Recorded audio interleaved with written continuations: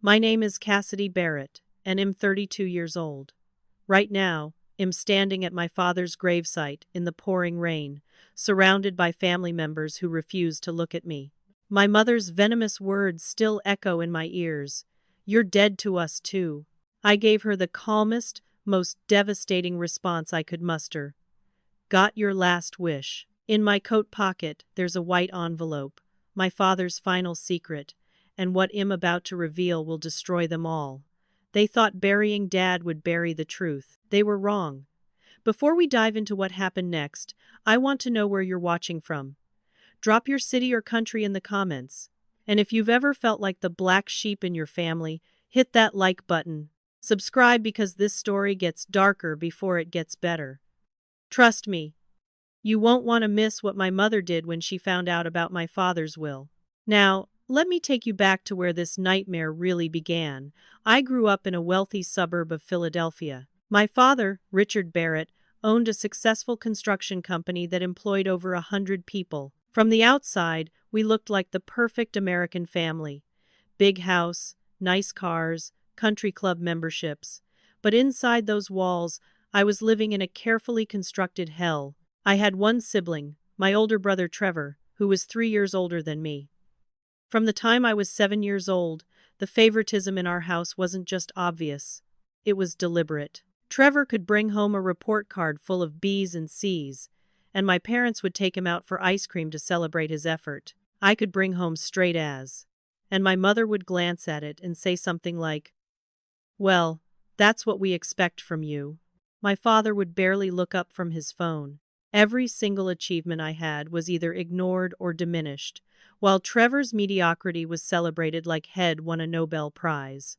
I tried everything to win their approval. I excelled in school, took up painting, and won local art competitions, joined the track team and placed in state championships. Nothing worked. The constant refrain in our house was, "Why can't you be more like Trevor?" Which made no sense because Trevor was failing at everything. But that was the point. I realize now. I wasn't supposed to succeed. I was supposed to be the problem child, the difficult one, the one they could blame for everything wrong in their lives. My mother Diane was actively cruel. She would compare me to Trevor at every opportunity, pointing out how easygoing he was, how he never caused trouble, how he appreciated everything they did for him. The subtext was clear. I was ungrateful, demanding, and fundamentally flawed. My father was just absent. He worked constantly, and when he was home, he was distant. I spent years thinking, if I just tried harder, if I just achieved more, if I just became perfect enough, they would finally see me. But you can't earn love from people who have decided not to give it. The breaking point came when I was 16 years old. I had entered a statewide art competition, something I'd worked on for months. My painting won first place. Not just first place in my category, but best in show for the entire state. The prize included a full scholarship offer to the Rhode Island School of Design, one of the best art schools in the country. I was so excited to tell my parents. I waited until we were all at dinner together, which was rare. I announced my win, and I'll never forget what happened next. My mother actually rolled her eyes. My father barely glanced up from his phone and said, "That's nice, honey," in the same tone you'd use if someone told you it might rain tomorrow. Then Trevor, who was 19 at the time, announced that he'd just been fired from his third job that year.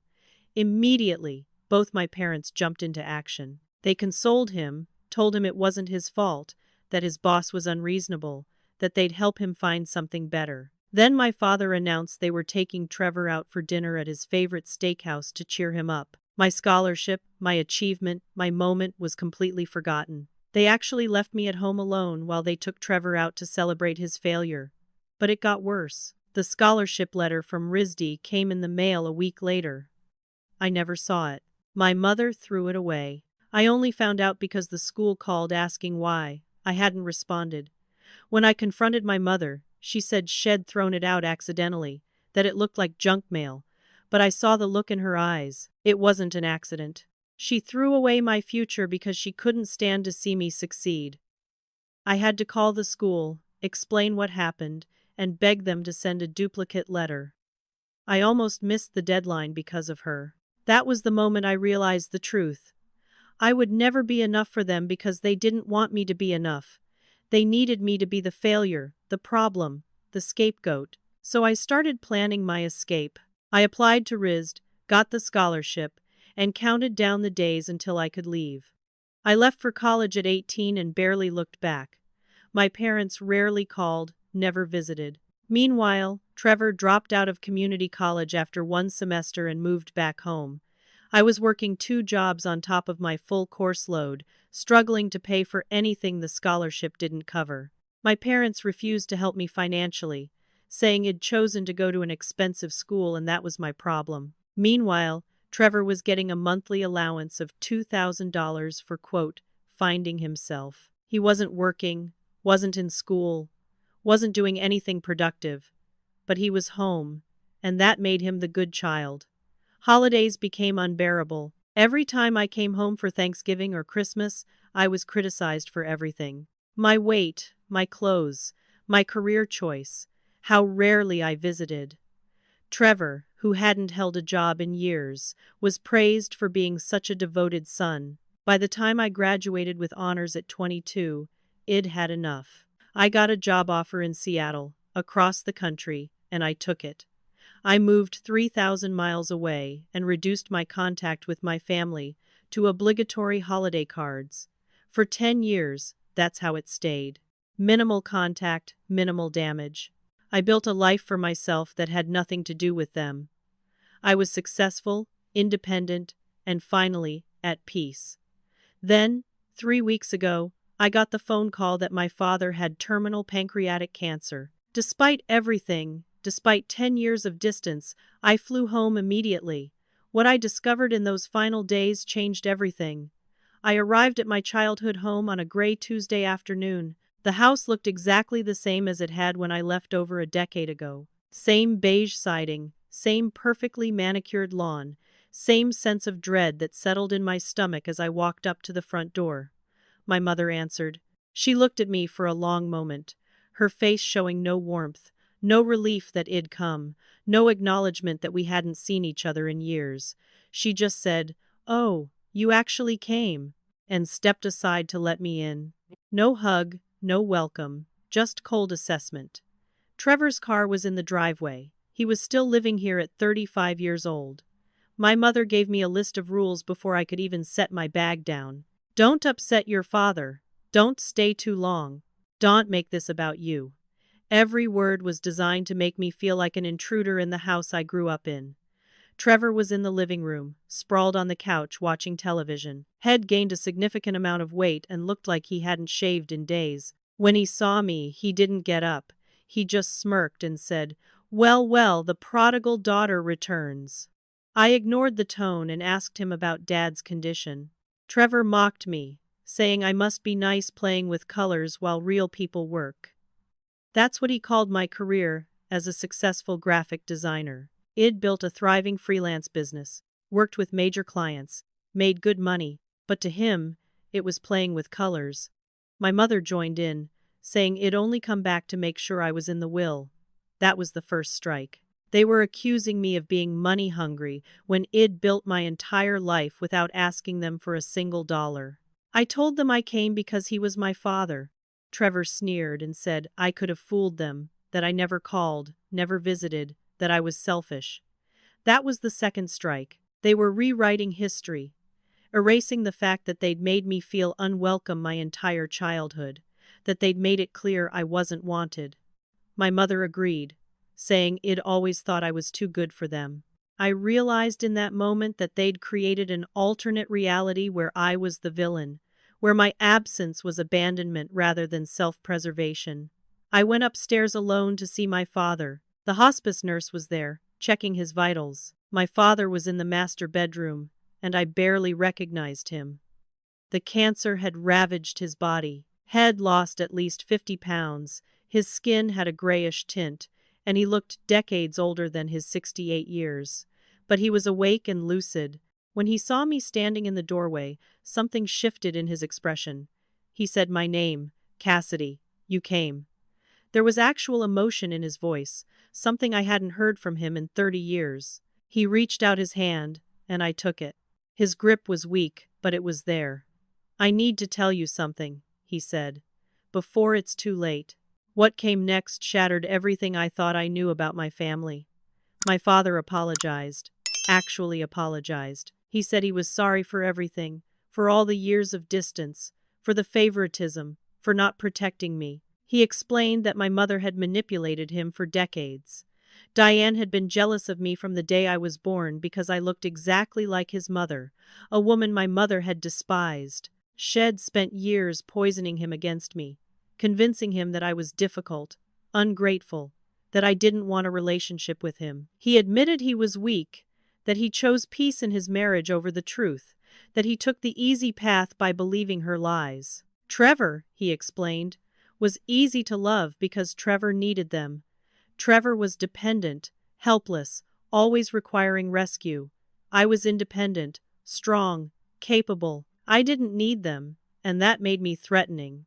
My father said Head realized his mistake too late, that Head watched me build a successful life without them and finally understood what Head lost. Then he handed me a sealed white envelope. "Open this after I'm gone," he said. "It's the truth. Everything." He made me promise not to let them erase me, told me he loved me, and said he was sorry Head never shown it when it mattered. That's when my mother burst into the room with Trevor right behind her. She demanded to know what he was saying to me, accused me of exhausting him. Trevor said I was always manipulating, even now. That was the third strike. I was being accused of upsetting my dying father when all Head done was finally tell me the truth. The hospice nurse asked everyone to leave so my father could rest. As I walked out, my father called after me one last time. "I love you, Cassidy. I'm sorry I never showed it." Those were the last words he ever said to me. My mother stopped me in the hallway and warned me that whatever lies Head told me, I should ignore them because he was on morphine and didn't know what he was saying. But I knew better. Head been completely lucid. Had been more honest with me in those 10 minutes than had been in my entire life. I left the house that day with the envelope hidden in my purse, not knowing my father would die 2 days later, and that everything was about to explode. 3 days after that conversation, my father died peacefully in his sleep.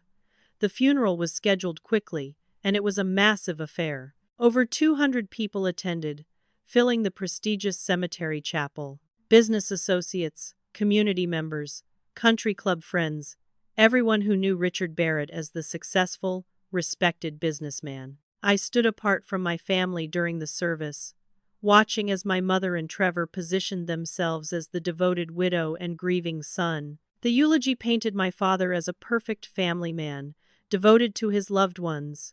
There was no mention of me in that eulogy, not one word. When it was time for family to speak, Trevor went up to the podium and delivered a speech about how our father's greatest joy was family, how Head taught Trevor everything about being a man. It was complete fabrication. My father had barely spoken to Trevor in any meaningful way for years, but Trevor played the part perfectly, voice breaking with emotion, dabbing at his eyes.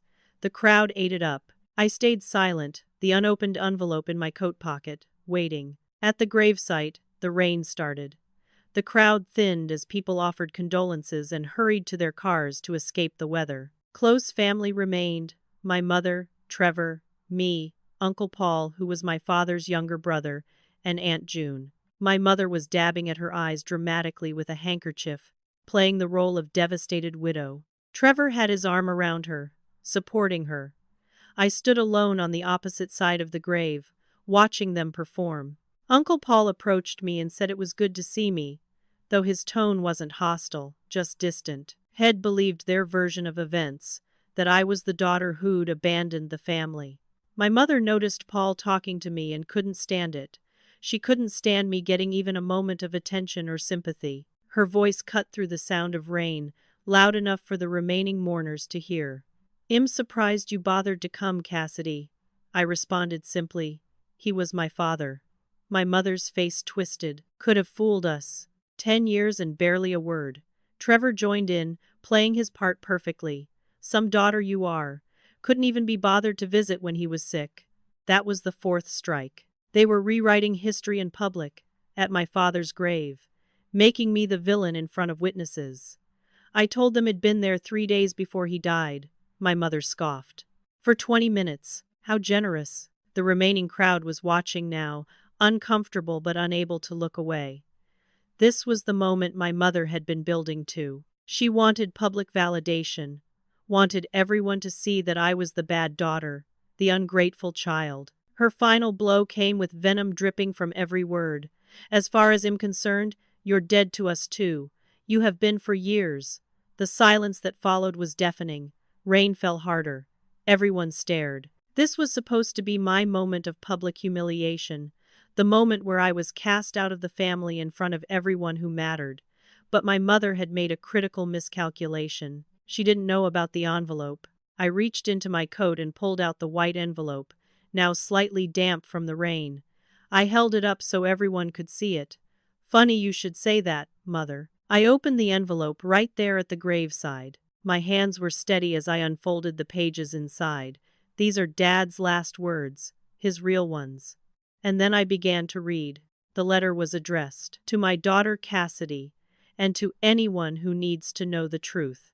My father's confession laid everything bare. He wrote about enabling my mother's abuse of me for 30 years. He detailed how Head watched Diane destroy my confidence, steal my achievements, systematically erase me from the family narrative.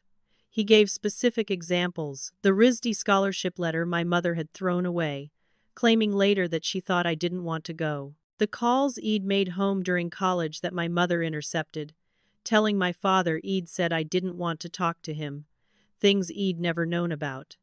My father documented Trevor's failures that had been covered up, 3 DUIs that my father had paid lawyers to make disappear, an assault charge dismissed through my father's business connections, $50,000 Trevor had stolen from the company that my father had covered up, blaming it on an accounting error. Then came the part about the will. My father left everything to me, the house worth $2.5 million. His company shares, controlling interest, worth approximately $8 million. Investment accounts totaling $4 million. Life insurance policies worth $3 million. In total, about $18 million to me. His reasoning was clear in the letter. Trevor has been taken care of his entire life because he never had to work for anything. Cassidy earned her life. She built herself despite us, not because of us. She deserves my legacy. The final paragraph was addressed directly to my mother. Diane, you poisoned my relationship with my daughter. You turned our son into a dependent child and tried to break our daughter's spirit. I forgive you, but I won't let you win. Cassidy deserves everything I have to give, because she's the only one who never asked for it. I looked up from the letter. My mother's face had gone completely white. Trevor was staring at me with his mouth open. Uncle Paul looked shocked. The few remaining mourners were frozen, not knowing what to do. I folded the letter carefully and put it back in the envelope. I looked directly at my mother. Got your last wish, Mother. Am dead to you. I paused, letting it sink in. But everything Dad built? That's mine now. Then I turned and walked away through the rain. Behind me, I heard my mother screaming, heard Trevor cursing. Uncle Paul called after me, Cassidy, wait. But I didn't stop. I kept walking to my rental car, got in, and drove away. I didn't look back. The war, I knew, was just beginning. 2 days after the funeral, we gathered at the offices of Morrison and Associates, the law firm that had handled my father's business and personal affairs for 40 years. Attorney Gerald Morrison had known my father since they were young men, and my father had trusted him completely. Present for the will reading were myself, my mother Diane, Trevor, Uncle Paul, and Attorney Morrison. My mother was dressed head to toe in black, still playing the grieving widow. Trevor wore a suit, probably the first time in years, and he had a confident smirk on his face. I wore professional business attire and kept my expression neutral. Morrison sat behind his massive oak desk, my father's will in front of him, reading glasses perched on his nose. He began with the standard opening, the last will and testament of Richard James Barrett, updated and finalized 2 weeks before his death. My mother immediately interrupted. 2 weeks? He was on morphine. He clearly wasn't competent to make legal decisions. That was the fifth strike, attempting to invalidate my father's final wishes before Wed even heard them. Morrison looked at her over his glasses with the patience of someone who'd dealt with difficult clients for decades. I assure you, Mrs. Barrett, your husband was completely lucid and competent. I have medical documentation signed by 2 doctors and a video recording of the will signing that proves his mental capacity. Would you like to see it now or after I read the will? My mother's lips pressed into a thin line, but she said nothing. Morrison continued reading. There were small bequests first. Uncle Paul received my father's fishing cabin in the Poconos and $50,000. Several longtime business associates received bonuses of $10,000 to $20,000 each. Then Morrison got to the major assets, and the room went silent. The primary residence at 2247 Oakmont Drive, valued at $2.5 million, was left to me. The company shares of Barrett Construction, representing controlling interest and valued at approximately $8 million, went to me. Investment accounts totaling just over $4 million went to me. Life insurance policies totaling $3 million went to me. The total estate value was approximately $18 million, and it all went to me. Trevor would receive a trust fund of $500,000, distributed over 10 years at $50,000 per year, with conditions. My mother would receive $100,000 and 1 year to vacate the house. The conditions were explicit. If my mother contested the will in any way, she forfeited the $100,000 entirely. If Trevor contested the will, his trust fund would be revoked completely. The room exploded. My mother started screaming. This is fraud! She manipulated him. She poisoned his mind. Trevor was yelling over her. No way! There's no way that house is hers. I grew up in that house. That was the sixth strike. Complete denial of reality. They couldn't accept that my father had made this choice of his own free will, that had finally done the right thing. Morrison held up his hand for silence. There's more. Richard anticipated this reaction and left video testimony. He turned his laptop around and pressed play. My father appeared on the screen, sitting in his study, clearly ill but completely lucid. This had been recorded 2 weeks before his death. He looked directly into the camera and began speaking. To anyone who questions this will or thinks my daughter Cassidy manipulated me, let me be absolutely clear. I am of sound mind. I am making these decisions after years of reflection and with deep regret for how I've lived my life. I failed one child and enabled another. Cassidy succeeded despite us, not because of us. That takes a strength I never had. Trevor has been given every advantage in life and has squandered each one. That's not his fault alone. We made him dependent. We made him believe he was owed success without effort, my father continued, his words cutting through the room like a knife. Diane, you turned our son into a dependent child who can't function without us. You tried to break our daughter's spirit because you couldn't stand that she was strong. This will is not punishment, it's fairness. Cassidy earned her place in the world. She deserves the security this legacy provides. Trevor needs to learn what Cassidy always knew. Nobody owes you anything. You have to build your own life. The video ended. The silence was absolute. Then my mother lunged at me across the desk. You conniving witch! You poisoned him against us. Morrison stood up quickly, stepping between us. Mrs. Barrett, if you cannot control yourself, I will call security and have you removed. Sit down. Trevor was shaking with rage. You always were jealous of us. You manipulated Dad when he was weak. That was the seventh strike. Complete projection.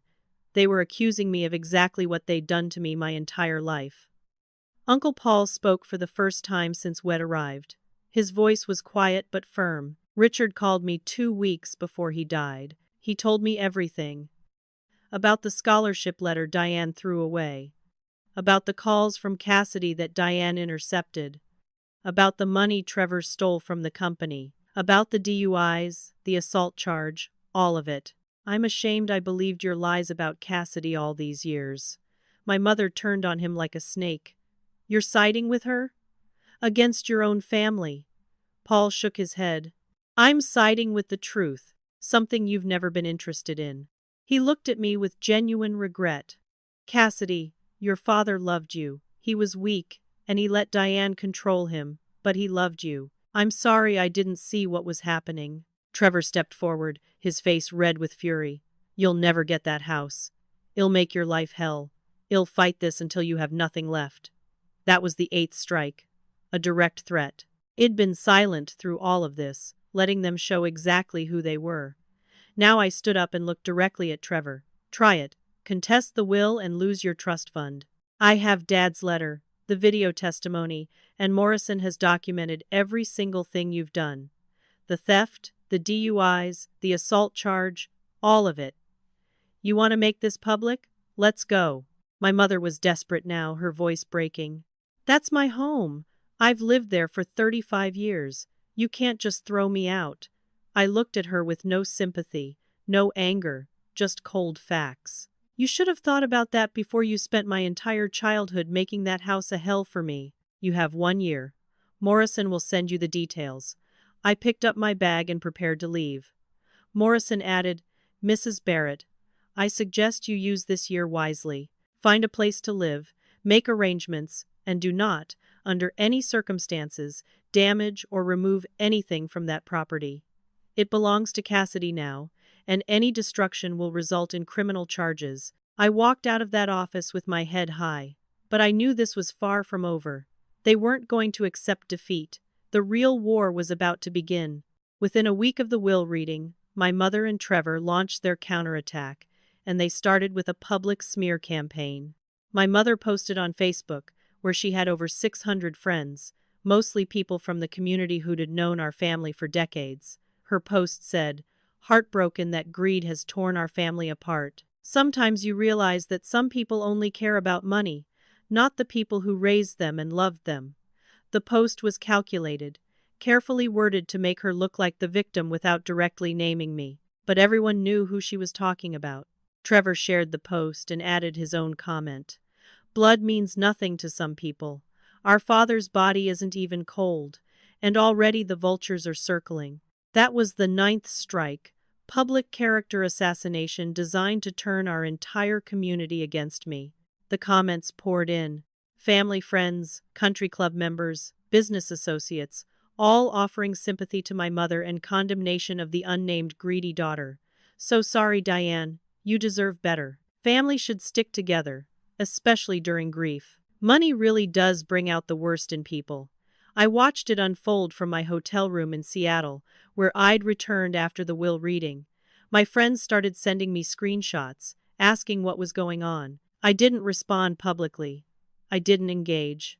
But the damage was being done. Meanwhile, back in Philadelphia, my mother refused to leave the house. She had 1 year, according to the will, but instead of using that time to find a new place and pack, she decided to dig in her heels. When I tried to enter the property with my key a week later during a business trip to Philadelphia, I discovered she'd changed all the locks. I stood on the front porch of what was legally my house, unable to get in. That was the 10th strike, an illegal lockout of the legal property owner. I called Morrison immediately. He sent a legal notice to my mother informing her that she was trespassing on private property and that changing the locks was illegal. She ignored it. So I did what I had to do. I filed formal eviction proceedings. The local gossip exploded. Suddenly I wasn't just the greedy daughter. I was the monster who was evicting her own mother. The narrative spread through Philadelphia like wildfire. At the country club, at church, at the grocery store, everyone was talking about Cassidy Barrett, the heartless daughter who'd stolen everything from her grieving mother and was now throwing her out on the street. Never mind that my mother had $100,000 and a full year to find a place. Never mind that shed made my childhood miserable. Public opinion had turned against me completely. But the attacks didn't stop there. The second week after the will reading, I began the process of transitioning into leadership of Barrett Construction. The company employed 120 people and generated $20 million in annual revenue. Trevor had held the title of Vice President of Operations for the past 8 years, though everyone in the company knew he did essentially nothing. He collected a salary of $150,000 a year and showed up maybe twice a week, usually hungover. My first action as the new majority owner was to review the company finances, something my father had let slide in his final years. What I discovered made my blood run cold. Trevor hadn't just stolen $50,000 like my father had known about. Had been embezzling consistently for 3 years, skimming from multiple accounts. The total was over $150,000. I had forensic accountants go through everything, document every fraudulent transaction. Then I confronted Trevor at the company office. He was sitting in his corner office, feet up on the desk, playing games on his phone. When I walked in with the financial reports, he barely looked up. I laid out the evidence: bank transfers, falsified expense reports, checks written to shell companies. Trevor just smirked at me. "Prove it. Dad's dead. He can't testify to anything." That was the 11th strike. Theft combined with such arrogance that he thought he was untouchable. I told him I had forensic accountants, paper trails, and enough evidence to send him to prison for embezzlement. "You're done, Trevor. Effective immediately. You're terminated. Security will escort you out." But Trevor wasn't finished. Over the next week, he went to every senior manager and long-term employee at Barrett Construction and poisoned them against me. He told them I'd never worked in construction, didn't know the business, was going to run the company into the ground. He painted himself as the experienced insider who'd kept things running while Dad was sick, and me as the outsider who was destroying everything out of greed. 3 senior managers, men who'd worked for my father for over 15 years, resigned in protest. They walked out, telling the staff they couldn't work for someone who had no respect for the company's history or the people who built it. That was the 12th strike, sabotaging the company our father had built just to hurt me. I was left with a company in chaos, key positions empty, and a staff that viewed me with suspicion and hostility. I had to make immediate decisions. I brought in a management consultant from Seattle, someone I trusted who'd helped me build my own business. I called a meeting with all remaining staff and was completely honest with them. "I know I'm not my father. I know I don't have his experience in construction, but I respect what he built, and I respect all of you who helped him build it. I'm asking for 90 days to prove myself. Give me that, and if I fail, tell me directly." The next month was brutal. I discovered that the company was struggling financially, not because of market conditions but because of Trevor's incompetence. Had approved contracts that lost money, hired subcontractors who did shoddy work, and made promises to clients that couldn't be kept. I had to make painful decisions. I closed an unprofitable division, which meant laying off 12 people right before the holidays. I renegotiated contracts that were bleeding money. I brought in quality control measures that Trevor had let slide. Every decision I made was necessary, but it also gave Trevor ammunition. He leaked information to the local media. The headline read, "Cassidy Barrett fires loyal employees weeks after inheriting father's company." The story painted me as a ruthless corporate raider who cared more about profit than people. It didn't mention that those positions were redundant or that the company would have gone bankrupt if I hadn't acted. The public narrative was set. I was the villain in every version of this story. By week 3, I was barely sleeping. I was managing a company in crisis, fighting legal battles over the house, dealing with public hatred, and trying to keep my own business in Seattle running. I lived in a hotel because I couldn't access my own house. I developed stress-induced migraines that left me unable to see straight. I had anxiety attacks in the middle of the night, waking up in a panic, convinced I was going to lose everything. I was eating maybe 1 meal a day and had lost 15 pounds. I looked in the mirror and barely recognized myself. Then Uncle Paul showed up at my hotel. Had been the one family member who'd started to see the truth, and now he sat across from me in the hotel restaurant and apologized. I should have seen what Diane was doing. She's always been manipulative, but I never realized the extent of it until Richard called me before he died. She isolated him from everyone, controlled every relationship, every narrative. She did the same thing to you. She made you disappear from the family. Paul shared stories I'd never heard, about how my grandmother, my father's mother, had been strong and independent, exactly like me. About how Diane had hated her, felt threatened by her, and after she died, Diane had systematically erased her from family history. "You look just like her," Paul said. "You have her spirit. That's why Diane targeted you from birth. You reminded Richard of his mother, and Diane couldn't stand it." I was on the edge of breaking. That was the 13th strike, being pushed to the absolute limit of what I could endure. I told Paul I didn't know if I could keep fighting. Maybe I should just sell the company, sell the house, take the money, and disappear. Let them win. Paul leaned forward and grabbed my hand. "That's exactly what they want. Don't give them the satisfaction. Your father finally found the courage to do the right thing. Honor that. Honor yourself." His words kept me going, but barely. Then my mother escalated again. She filed a lawsuit claiming undue influence, arguing that I'd coerced my father when he was mentally incompetent, that the will was invalid. Despite the video evidence, despite the medical documentation, despite Morrison's testimony, she was forcing this into court. Trevor joined the lawsuit, both of them contesting the will despite the clear warnings that they'd lose everything. The legal fees started mounting. Every day brought new attacks, new battles, new attempts to destroy me. I was fighting a war on every front, and I was losing ground. But then something unexpected happened. I received an email from an address I didn't recognize. The subject line said, "I have information you need." I almost deleted it as spam, but something made me open it. The message was brief. "Your father asked me to watch over you. We should meet." It was signed Sarah Chen. I remembered Sarah vaguely. She'd been my father's executive assistant for nearly 20 years before retiring about 6 months ago. I agreed to meet her at a coffee shop in downtown Philadelphia. Sarah was in her early 60s, elegant and professional. She sat across from me and got straight to the point. "I stayed quiet too long, and I regret that. But your father specifically asked me, before he got sick, to watch over you if anything happened to him. He knew what Diane would do." Sarah had evidence, years of it. She had emails between my mother and Trevor, sent months before my father died, plotting how to contest the will. Messages where they discussed manipulating my father's medications to make him seem incompetent.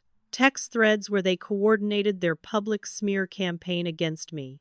She had security footage from the company building showing Trevor accessing accounts he wasn't authorized to use, transferring money, covering his tracks. She had recordings of phone calls where my mother coached Trevor on what to say to employees, how to turn them against me. Sarah had kept all of this, waiting for the right moment. "Your mother is vicious, Cassidy. I watched her destroy your father's spirit over 30 years. She isolated him, controlled him, made him doubt himself. I watched her do the same thing to you when you were a child. I won't let her destroy you too." That was the 14th strike that would actually work against them instead of for them. With Sarah's evidence, everything changed. She agreed to testify in court that she'd witnessed my father's lucidity, his clear intentions, his genuine desire to make amends. She provided documentation that proved Trevor's embezzlement went far beyond what even I had discovered. She had evidence of my mother's manipulation that went back decades. For the first time since this nightmare began, I had real ammunition to fight back. The tide was beginning to turn, but the war was far from over. 2 months after my father's death, we were back in court. This time it was for the hearing on my mother and Trevor's lawsuit contesting the will. They'd filed claiming undue influence and mental incompetence. Morrison had prepared our defense meticulously, and now we had Sarah's testimony and evidence to add to it. The judge was Honorable Patricia Whitmore, a no-nonsense woman in her 50s with a reputation for cutting through manipulation. My mother showed up dressed in mourning black again, playing the grieving widow. Trevor wore his suit and tried to look respectable. I sat with Morrison at our table, Sarah beside us. Morrison presented our case first. He showed the medical documentation from 2 physicians confirming my father's mental competency up until his death. He played the video of the will signing, where my father was clearly lucid, articulate, and firm in his intentions. He presented the video testimony where my father explained his reasoning. Then Sarah took the stand. Sarah testified that Shed worked closely with my father for 2 decades and had witnessed his relationship with his family firsthand. She confirmed that my father had been lucid and decisive when he updated his will, that Head discussed it with her, that Head been clear about his intentions. Richard told me Head failed his daughter and enabled his son. He wanted to correct that before he died. Then Morrison asked her about the evidence Shed collected. Sarah presented the emails between Diane and Trevor from before my father's death, plotting to contest the will. She showed text messages where they discussed my father's morphine dosages and whether they could use that to claim incompetence.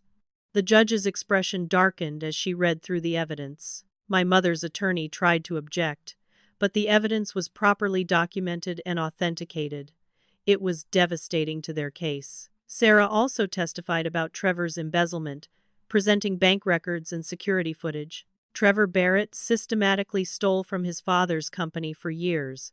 Richard knew about the initial $50,000 and covered it up, but there was much more that Richard never discovered. The judge ruled from the bench. She didn't even take time to deliberate. I've seen enough. The will is valid. Richard Barrett was clearly competent and acting of his own free will. The evidence shows that the challengers, Diane and Trevor Barrett, were planning to contest this will before Richard even died and have engaged in a pattern of manipulation and fraud. The lawsuit is dismissed with prejudice. Mrs. Barrett, you have 30 days to vacate the property. Mr. Trevor Barrett, your trust fund is revoked entirely as per the conditions of the will. Both of you are ordered to pay Miss Cassidy Barrett's legal fees, which total $75,000. The gavel came down. My mother screamed, literally screamed in the courtroom. This is a travesty. She's stolen everything from us. The judge's voice cut through the chaos. Mrs. Barrett, control yourself or I'll hold you in contempt. You brought this lawsuit despite clear warnings that you'd lose your bequests. You've made your bed. Now you'll lie in it. Trevor was shaking with rage but smart enough to stay quiet. They'd lost, completely and utterly lost. Within days, the court documents became public record. Local news outlets picked up the story. The headline this time was different. Widow and son contested will after evidence of theft emerged. The article detailed Trevor's embezzlement, the evidence of their plotting before my father's death, and the judge's harsh ruling. Suddenly, the narrative shifted. People who'd been condemning me on social media started quietly deleting their comments. Some even reached out to apologize. I didn't know the whole story. I'm sorry I judged you. The court of public opinion was finally seeing the truth.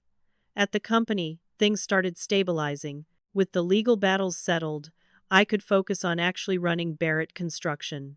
The management consultant ID brought in helped restructure our operations. We implemented new quality control measures, renegotiated unprofitable contracts, and started rebuilding client relationships that Trevor had damaged. It was slow, difficult work, but it was working. 3 months after Eid taken over, we landed our biggest contract in 5 years, a commercial development worth $12 million. The senior manager who'd resigned in protest called me. His name was Frank, and had worked with my father for 18 years. I was wrong about you, Cassidy. I let Trevor get in my head. If the position's still open, I'd like to come back. I hired him back. Not because I needed him, though I did, but because it took courage to admit he was wrong. Within 6 months, WED turned the company around. Revenue was up, client satisfaction was up, and employee morale was improving. I was earning their respect the same way I'd earned everything else in my life, through hard work and results. But the personal toll had been enormous. I'd lost 15 pounds, my hair had started showing gray streaks at 32, and I looked perpetually exhausted. I had no social life, no romantic relationships, no time for anything except work and legal battles. All my friends were back in Seattle, and I was isolated in Philadelphia, living in a hotel, fighting to hold on to what my father had left me. The house still sat empty because I couldn't bear to move in yet. It needed work after my mother had lived there, and honestly, it held too many bad memories. I'd started seeing a therapist, Dr. Rebecca Hart, who specialized in family trauma. She was helping me process 30 years of scapegoating, gaslighting, and emotional abuse. "You're not responsible for their choices," she told me. "You didn't make them cruel. You didn't make them greedy. They made those choices themselves." It was slow work, learning to let go of the guilt they'd programmed into me, learning to believe I deserved the life it built. Then came the eviction date for my mother. 30 days after the judge's ruling, sheriffs, deputies, and I showed up at the house with a locksmith and Morrison. My mother had refused to pack, refused to make any arrangements, convinced somehow that she'd find a way to stay. When we opened the door, I was hit with the smell first. Then I saw what she'd done. The house was destroyed. That was the 15th strike, and it was a felony. Picture frames were smashed, specifically the ones with my childhood photos. Paint was splattered across the living room walls in angry streaks. The kitchen cabinets had been torn off their hinges. Furniture was slashed. The master bedroom where my parents had slept for 35 years was completely trashed, the mattress gutted, the dresser drawers broken. Every room showed signs of deliberate, rage-filled destruction. The estimated damage was over $50,000. I walked through that house with my phone out, recording everything, while the sheriff documented it officially. Morrison was on his phone immediately, filing a police report for felony destruction of property. Sarah had come with us as a witness, and Uncle Paul too. They were both horrified. Paul kept saying, "I can't believe she'd do this. I can't believe it." But I could believe it. This was who my mother was. This was who she'd always been, just now directed at property instead of at me. In the master bedroom, my mother had left a message. On the mirror, written in red lipstick, it said, "This will always be my house. You stole everything from me." That was the 16th strike, showing absolutely no remorse, no understanding that she'd brought all of this on herself. The fingerprint analysis confirmed that both my mother and Trevor had been involved in the destruction. They'd done this together, a final act of revenge. Both were charged with felony vandalism. This time, jail time was a real possibility. I stood in the ruins of my childhood home, surrounded by destruction, and for the first time since my father died, I actually cried. Not sad tears, not even angry tears, just exhausted, overwhelmed tears. Tears for the childhood I never had, for the parents who should have loved me, for the home that had never felt like home. Uncle Paul put his arm around me. "Well, fix it. Well, make it right." And I knew he was talking about more than just the house. While the contractors gave me estimates on repairs, I spent time in my father's study, the one room my mother and Trevor hadn't touched. Maybe they couldn't bring themselves to destroy his space, or maybe some part of them still feared him. His desk was still organized, his books still on the shelves, his reading glasses still on the leather blotter. I sat in his chair and opened the desk drawers, looking for, I don't know what. That's when I found his journals. Years of them, leather-bound books dating back decades. I started reading. Entry after entry showed a man who knew what was happening but felt powerless to stop it. Diane said Cassidy didn't want to talk to me today. I believe her, but part of me wonders. Trevor needs our help again. I wish he'd learned to stand on his own. I saw Cassidy's art show announcement online. She didn't invite us. Or did Diane throw away the invitation? He'd known. On some level, He'd always known what my mother was doing. But He'd chosen peace over truth, chosen his marriage over his daughter. Reading his regrets didn't erase the pain, but it helped me understand. He was a victim too, just in a different way. A victim of his own weakness, his own inability to stand up to the person He'd married. 3 months after the house destruction, Diane and Trevor went to trial for felony vandalism. They both pleaded not guilty, and their defense was stunning in its audacity. They claimed I had staged the damage myself to frame them. That was the 17th strike, accusing me of committing a felony for insurance fraud. Their attorney argued that I had motive, access, and opportunity to destroy the property and blame it on them to ensure they went to prison. It was desperate and ridiculous, but they were actually trying it. The evidence against them was overwhelming. Security cameras at a hardware store showed Trevor purchasing paint cans and spray paint 2 days before the eviction date, Witnesses saw both of them entering the property on the day before we arrived with the sheriff. Their fingerprints were all over the destruction. A forensic timeline showed the damage had occurred in the narrow window when they still had access. The jury deliberated for less than 2 hours. Guilty on all counts, both received sentences of 2 years probation, 300 hours of community service each, and joint liability for restitution. They owed me $100,000 to cover the repairs plus punitive damages. Neither of them had that kind of money. Trevor was living in a cheap studio apartment, working odd jobs under the table. My mother was staying with her sister Margot, and that relationship was strained to the breaking point. They were losing everything, one piece at a time, and yet they still wouldn't stop fighting. A month after their conviction, my mother tried one final desperate move. She contacted several Barrett construction employees directly, claiming she had proof that my father's will had been forged. She produced a letter, supposedly written by my father shortly before his death, saying he'd been pressured by me and Morrison to change his will. That was the 18th strike, fabricating evidence in a desperate attempt to overturn everything. She showed this letter to journalists, posted photos of it online, and sent copies to Uncle Paul and several family friends. For about 48 hours, there was a media storm. New evidence questions. Barrett will validity. The headlines read. People who'd finally come around to my side started questioning again. I was devastated. I called Morrison from my hotel room, barely holding it together. When does this end? How many times do I have to prove the truth? Morrison's voice was calm and certain. Don't worry. This is going to backfire on her spectacularly. He had the letter analyzed by forensic document examiners. The results came back within a week. The letter was a complete forgery, and not even a good one. The paper was dated after my father's death based on the manufacturing batch. The ink composition didn't match any of the pens my father used. Most damning, handwriting analysis proved conclusively that it wasn't my father's writing. Someone had attempted to forge his signature and failed. Morrison filed immediate charges for fraud, forgery, defamation, and criminal impersonation. The police investigation uncovered evidence that Trevor had created the letter using old letterhead heads stolen from my father's study before Wed changed the lock. Head practiced the signature over and over, then produced the final forgery. My mother had orchestrated the plan, but Trevor had executed it.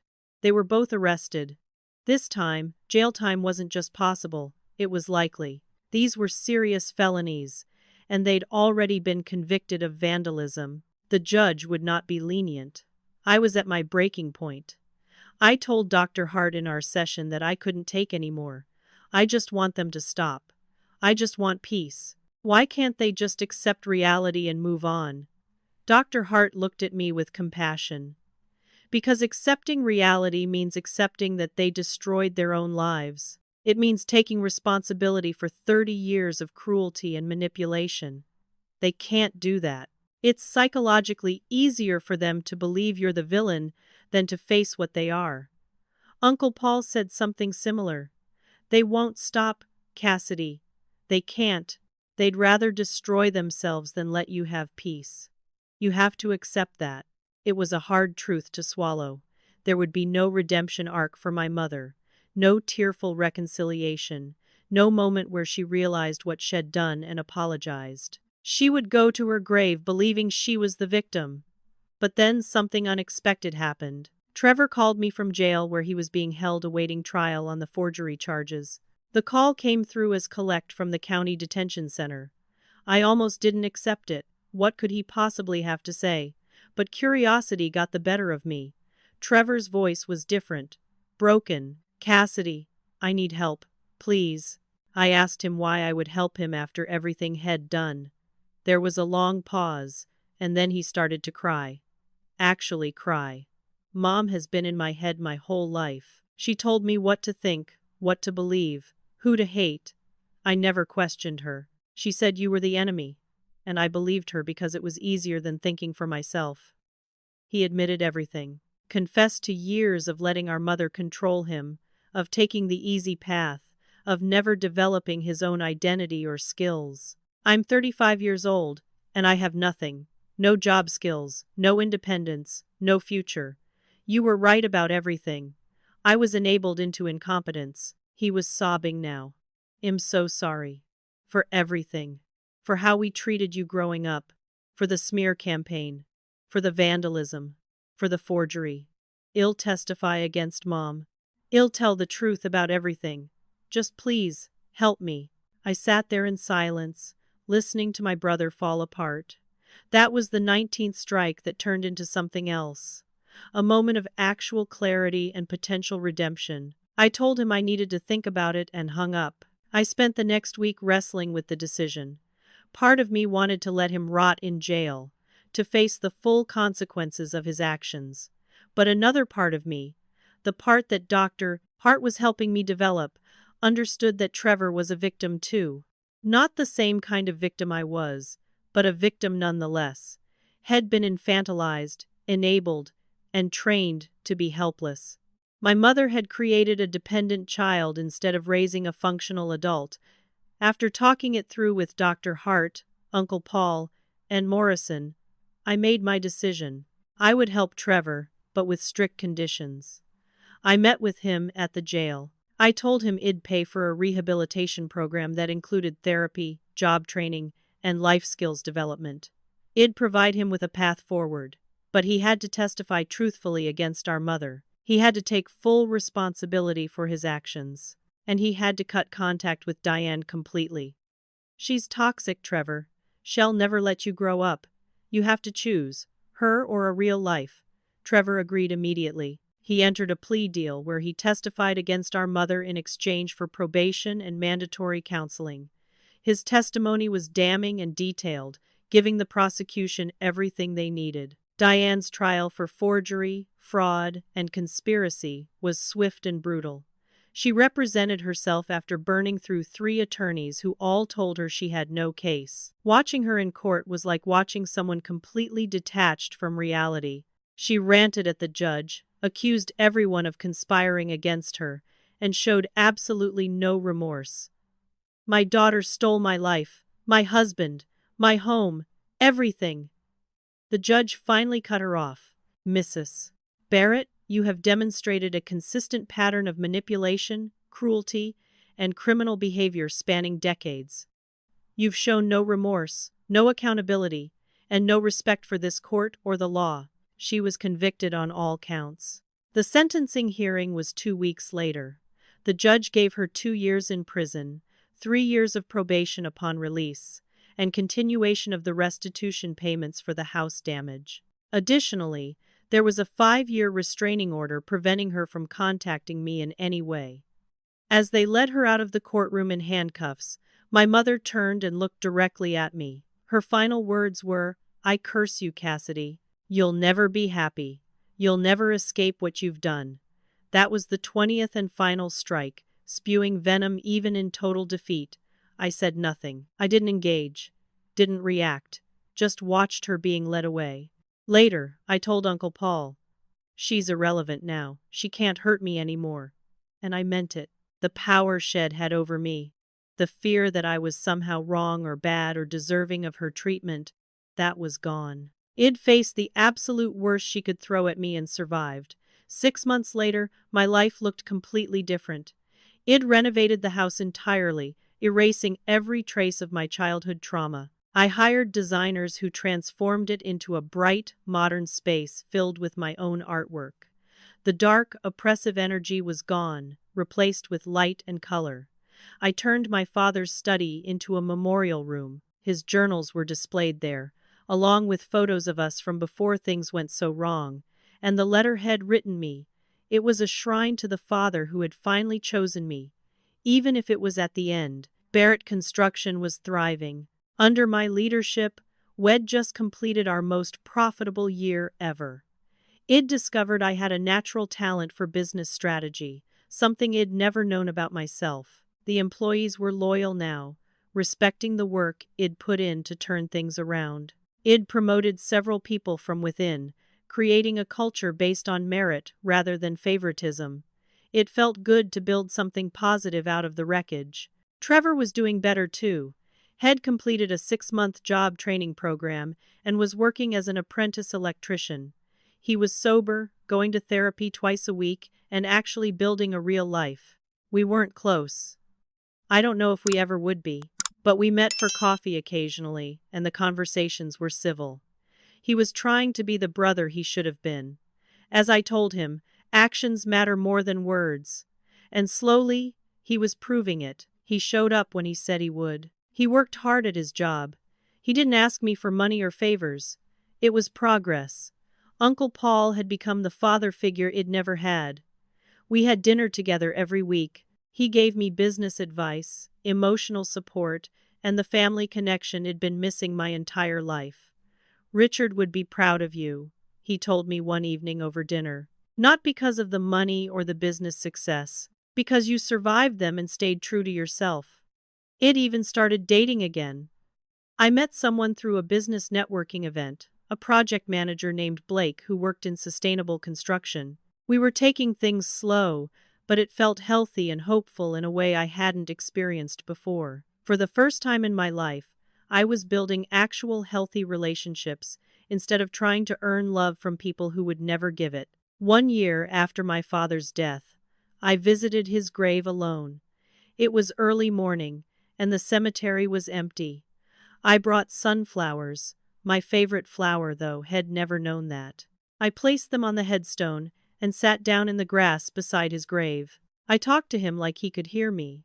"I wish you'd found your courage sooner, Dad. I wish you'd stood up to her when I was a kid. But I understand now. You were trapped too, just in a different way." I told him about the year I'd had, about the battles I'd fought, about how I'd survived. "I inherited your money, but I earned my life. Trevor's learning that now. Mom never will." I felt a sense of peace I hadn't expected. "You gave me the greatest gift at the end. Not the money, the truth, the validation that I wasn't crazy, that I wasn't the problem. I never was." I sat there for a long time, just feeling the morning sun, listening to birds, existing in the moment without anger or bitterness. Just acceptance. My father had been weak, but Head loved me. My mother was cruel and always would be. Trevor had been stunted but might actually recover. And I had survived all of it. As I was getting ready to leave, a woman approached me. She was in her late 50s with kind eyes and a gentle smile. "Cassidy Barrett?" she asked. I was immediately cautious. Yes. She introduced herself as Patricia, my father's cousin on his mother's side. "I heard about everything that happened. I'm sorry I didn't reach out sooner. I was estranged from the family myself. I left Philadelphia 30 years ago and never looked back." She explained that my grandmother, Richard's mother, had been her aunt. She was a wonderful woman. Strong, independent, creative. "You look exactly like her. That's why Diane targeted you from the moment you were born." Patricia handed me a photograph, old and slightly faded. It showed a young woman who looked so much like me it was startling. "That's your grandmother, Cassidy Marie. You're named after her, though I doubt Diane ever told you that." I had no idea. Patricia sat down beside me on the grass. "Your grandmother was everything Diane wasn't. Your father loved his mother deeply. When she died, Diane systematically erased her from family history. Seeing you must have been like seeing her ghost." Diane couldn't stand it. Everything suddenly made sense in a way it never had before. I wasn't hated because I was bad.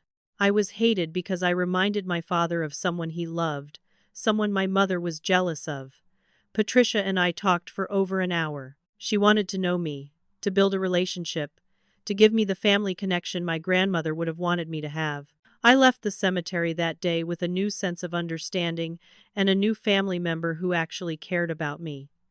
Now, let me share what I learned from all of this, because these lessons are important. People always ask me if I'm happy I inherited everything, if it was worth the fight.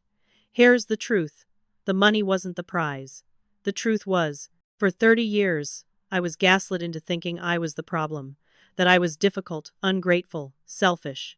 My father's letter didn't give me wealth. It gave me validation. It proved I wasn't insane. Everything I'd felt, every suspicion I'd had about how I was treated, it was all real. That validation was worth more than any amount of money. Trevor is learning what I always knew. Nobody owes you anything. Has building a real life now, slowly and painfully, but has doing it.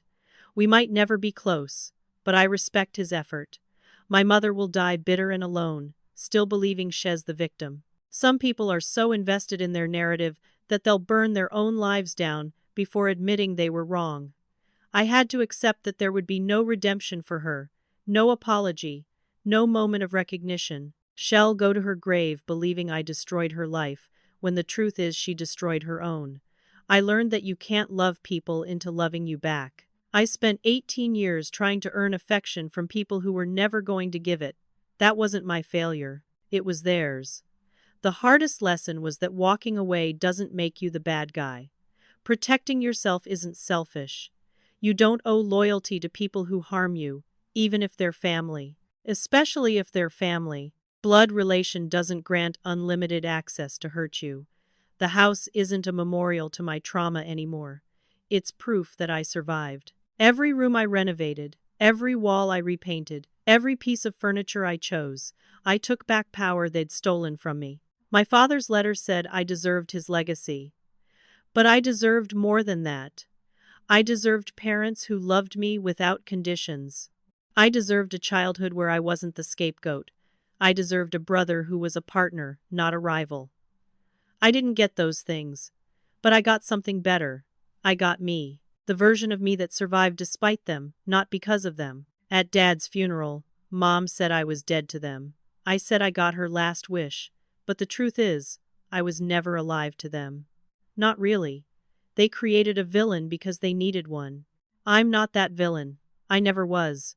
I'm the hero of my own story now.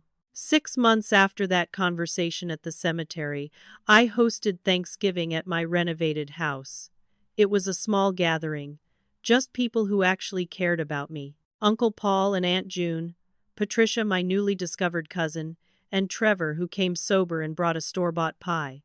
It wasn't fancy, but Head brought something, which showed effort. We sat around the table I'd chosen, in the dining room I'd designed, and the conversation was genuine. There was laughter, real laughter without hidden agendas or passive aggression, just people enjoying each other's company. Uncle Paul proposed a toast. To Richard, who finally did the right thing, and to Cassidy, who didn't need his permission to be extraordinary. I added my own toast, to chosen family, to second chances, to truth. We raised our glasses. On the mantel, there was a photo of my father and me from the hospital, taken by the nurse during those final, honest moments. He was smiling at me, really seeing me, finally. I glanced at that photo and smiled back. No words needed. He knew, wherever he was, that I'd made it. I hadn't just survived his family. I'd rebuilt myself stronger. So let me ask you, have you ever been the scapegoat in your family? Have you ever felt like you had to fight for validation that should have been freely given? Drop your story in the comments. I read every single one, and I want you to know you're not alone. If this story resonated with you, hit that like button. Subscribe to this channel because I share more stories about family dynamics, betrayal, and survival. Share this video with someone who needs to hear it, someone who might be fighting their own battle with toxic family members. Thank you for listening to my story. It wasn't easy to tell, but I hope it helps someone out there who's going through something similar. Remember, you don't owe anyone access to hurt you. Your peace matters, your truth matters. You matter. Take care of yourself, and I'll see you in the next video.